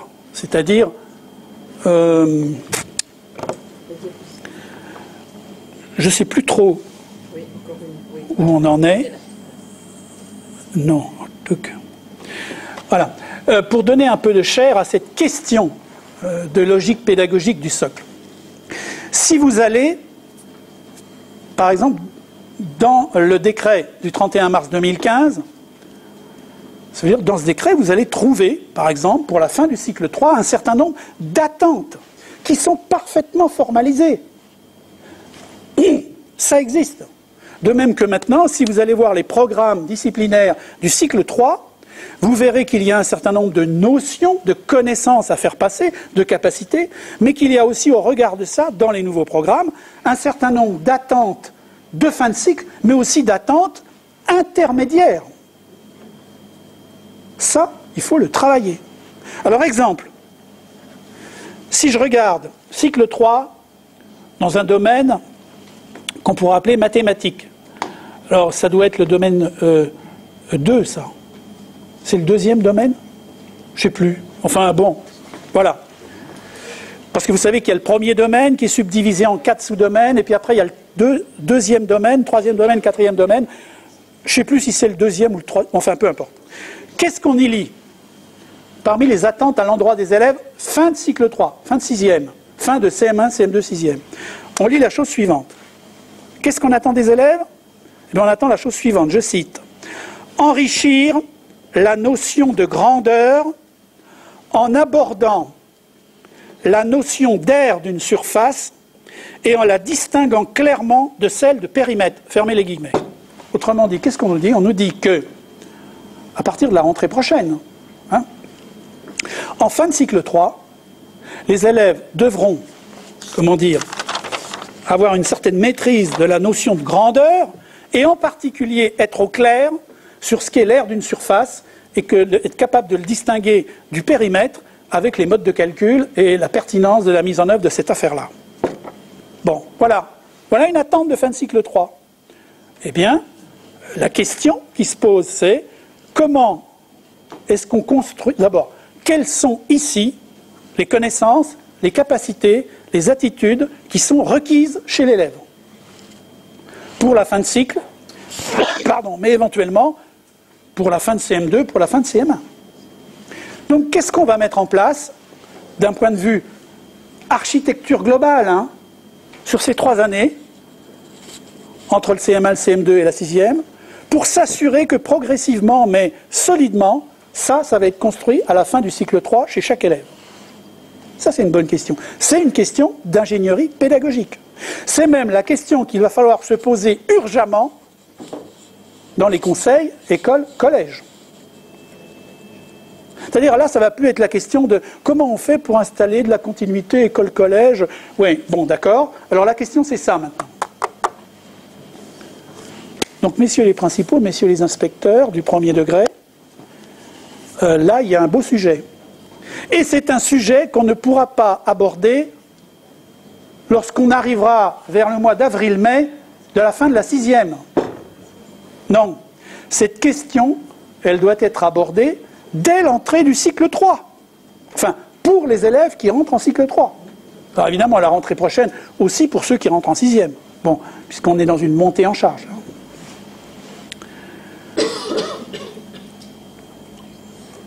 Autre exemple, attendu de fin de cycle 3, mais là c'est dans le domaine 1, plus précisément dans le domaine de ce qu'on appelle la maîtrise de la langue, et de la langue française. Voilà ce qu'on attend de l'élève. Je cite, fin de cycle 3. Maîtriser les accords dans le groupe nominal, déterminant, nom, adjectif, entre le verbe et son sujet, ainsi que l'accord de l'attribut du sujet. Fermez les guillemets. Bon, ben voilà un truc clair. Alors, d'ailleurs, c'est pas très nouveau, ça. Mais ça fait partie. Vous savez, quelquefois, moi j'en ai connu des dizaines, des séquences de travail entre les profs d'école et les profs de collège, où on se disait, bon, on se met d'accord sur ce qu'on attend à la fin du CM2 et après sur ce qu'on fera en 6e. Bon, là, la question, elle est claire. À la fin du cycle 3, à la fin de la 6e, s'agissant de ce domaine 1, il y a une maîtrise des accords à l'intérieur du groupe nominal entre sujet-verbe et l'accord de l'attribut du sujet. Ça c'est clair, c'est pas nouveau d'ailleurs, ça fait partie de connaissances qui sont très très anciennes dans les programmes de l'école. Ce qui est nouveau maintenant, c'est comment on va faire pour répondre à la question, l'élève maîtrise-t-il ça? Pas du tout, en voie de façon satisfaisante ou exceptionnelle. Si on répond, c'est pas un problème, il a 10 en français, c'est pas une bonne réponse. D'ailleurs, si on répond qu'il a 2, si on dit qu'il a 18, ça n'est pas une bonne non plus. Quoique, quand même, il y a plus de chances qu'il soit capable de le faire. Mais, vous savez, les notes... Donc la question, c'est est-ce qu'il maîtrise ça? Et est-ce qu'il maîtrise ça, non pas dans un rapport, j'expose, je restitue, mais dans un rapport, je le mets dans une situation complexe. Autrement dit, ce n'est pas ce qu'on appelle un exercice d'application. Pas un exercice de Bled ou de je sais pas qui. Moi, j'ai le plus grand respect pour Bled. Hein. Si, sérieusement. Je pense qu'à certains égards, il y a certaines séquences où ça peut être utile. Mais il y a une chose claire, c'est pas avec des exercices du type Bled, à trous, pour savoir si je mets A sans accent ou A avec accent, qu'à un moment donné, je vais juger de la maîtrise d'une compétence. Alors là, non. D'ailleurs, vous observerez une chose, c'est que la question dont on est en train de parler, c'est la suivante. Vous avez entendu ça maintes fois, moi aussi. Vous savez, voilà, je suis prof de maths, ou je suis prof de lettres, tiens, de français, comme on dit, et voilà, on discute, on est en salle des profs, et je dis, je comprends pas, il y a quelque chose qui m'échappe, c'est... Ah là là là là, les élèves, ils connaissent, j'en suis sûr, la règle, hipou, je bouge, gaillou, genou, machin truc, coucou. Hein. Ils la connaissent, j'en suis sûr. Ils connaissent la règle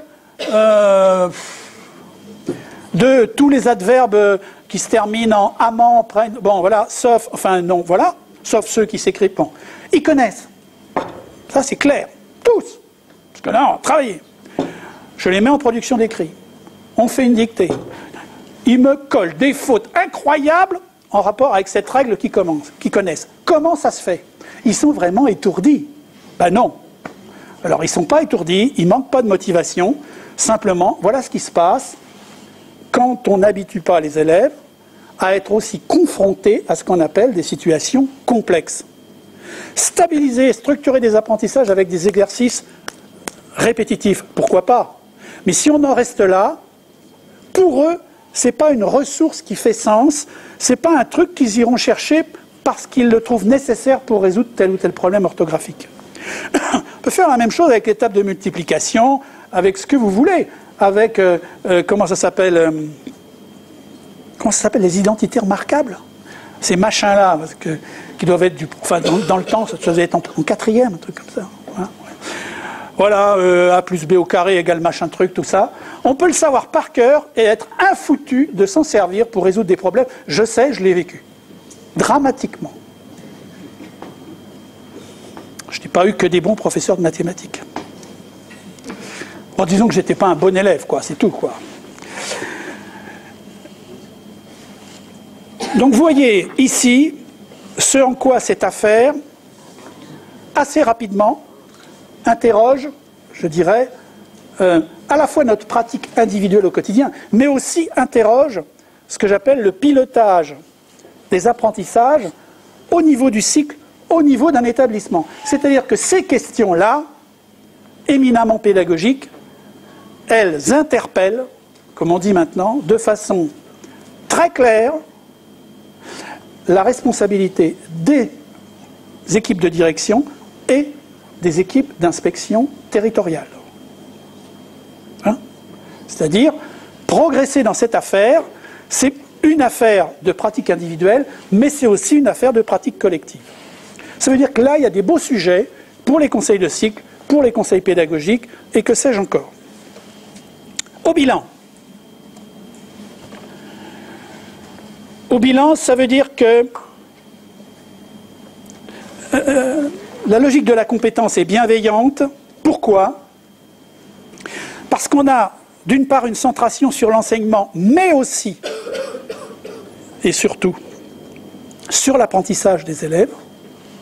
Elle est bienveillante parce que l'évaluation, enfin la logique de la compétence, pardon, oblige à une explicitation du référentiel entre les enseignants, entre les élèves, avec les parents, entre l'école et le collège, et ainsi de suite. Elle est bienveillante parce que les apprentissages s'inscrivent dans une continuité pluriannuelle, qu'on appelle les cycles. Elle est bienveillante, la logique de la compétence, parce qu'elle emporte la nécessité de procéder à des évaluations qui sont à la fois, enfin de temps en temps formatives, souvent, qui sont quelquefois sommatives ou diagnostiques, comme vous voulez. Et elle est bienveillante parce qu'elle permet, cette logique de la compétence, d'être très claire sur à quoi sert, quel est le sens de la notation et quel est le sens de l'évaluation qui permet de se comparer à soi-même et pas seulement de se comparer aux autres, parce que se comparer aux autres, quand je suis dans ce qu'on appelle la tête de classe, c'est extrêmement porteur. Se comparer aux autres, quand je suis systématiquement dans la queue de classe, c'est moins positif. Ça ne veut pas dire que... Mais ça veut dire que ce n'est pas la même construction, si j'ose dire, de mon rapport au savoir et aux compétences. Et donc, finalement, si vous me permettez cette conclusion sur la bienveillance pédagogique, premièrement, changement de paradigme pour qualifier les erreurs des élèves. Les élèves continuent à faire des erreurs. Ils en feront. C'est, comment dire, ordinaire et normal. Simplement, ce qu'on doit changer, c'est la façon de la regarder assez souvent. Deuxième chose, faire attention aux paroles destin qui assignent certains élèves à l'échec. Alors si ça les assigne à la réussite, ce n'est pas le problème. Troisièmement, préférer l'évaluation à la notation pour mesurer les acquis des élèves. Si je veux mesurer les acquis des élèves, alors, au sens de la compétence, c'est de l'évaluation. Si c'est au sens je vérifie que vous avez appris la règle des apps, ça peut être de la notation. Vous voyez ce que je veux dire? Il est important qu'il y ait de l'évaluation en situation complexe. Bienveillance, c'est pratiquer donc des contrôles de connaissances, mais aussi des évaluations formatives et sommatives, je viens de le dire. Et puis c'est planifier les apprentissages et les évaluations à l'échelle du cycle. Et enfin,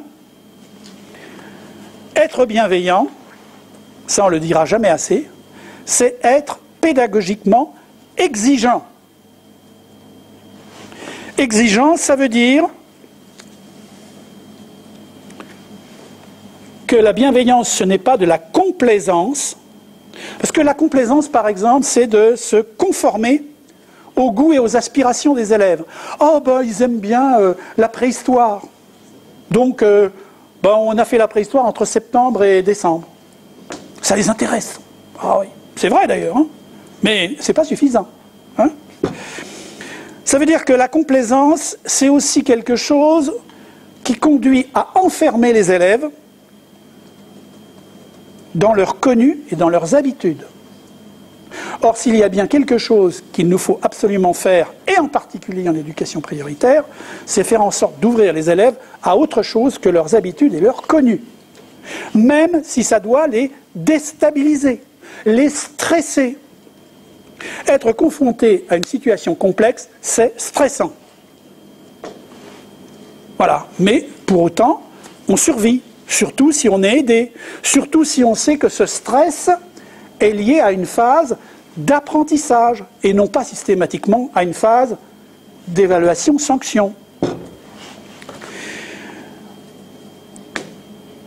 Autrement dit, la bienveillance, au contraire de la complaisance, c'est permettre à chacun de sortir du déterminisme des origines.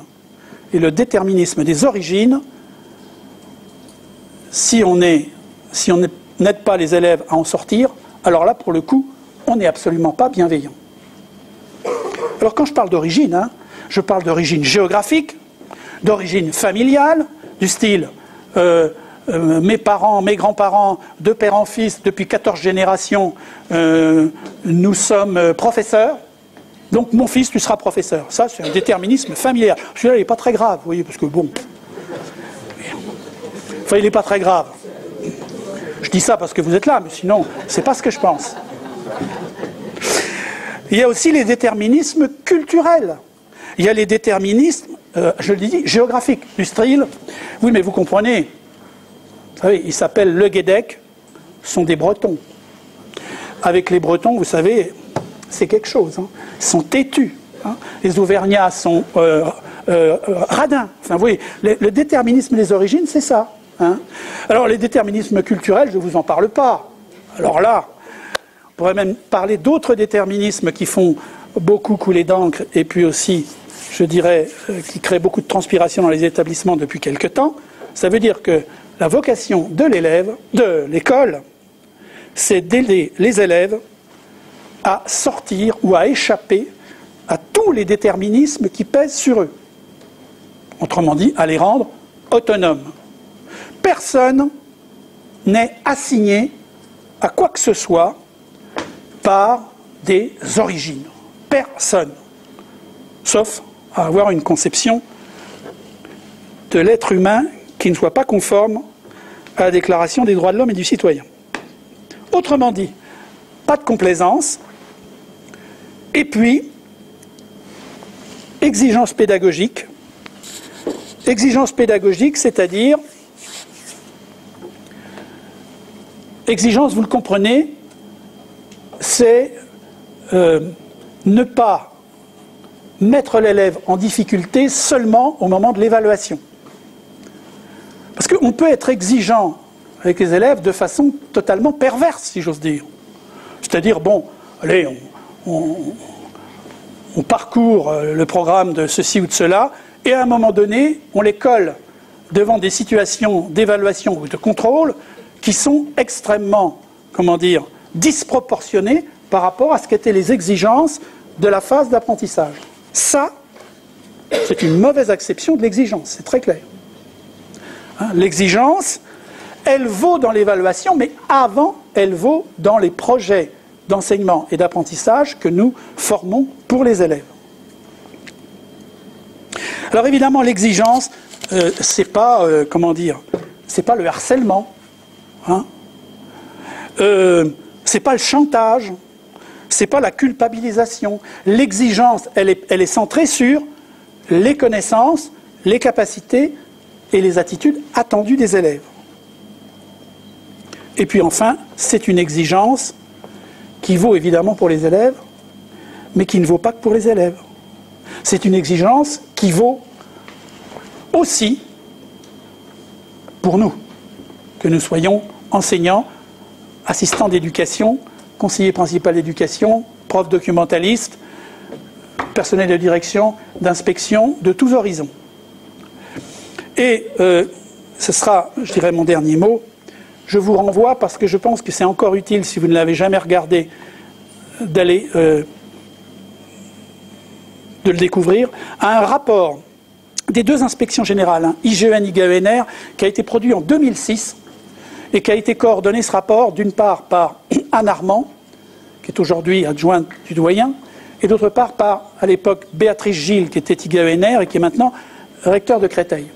Toutes les deux, elles ont coordonné un rapport en 2006 qui s'appelait, je cite, « Contribution de l'éducation prioritaire à l'égalité des chances des élèves ». Contribution de l'éducation prioritaire à l'égalité des chances des élèves. Je vous renvoie à ce rapport qui a presque une dizaine d'années, mais qui garde tout son intérêt et sa fraîcheur, parce que c'est un rapport qui a été élaboré sur la base, d'une prise d'information extrêmement importante dans les établissements du premier et du second degré, dans les fonds de classe, dans le fond des classes, pardon. Ça veut dire que dans ce rapport, on y parle essentiellement de pédagogie de la réussite ou pas des élèves en éducation prioritaire.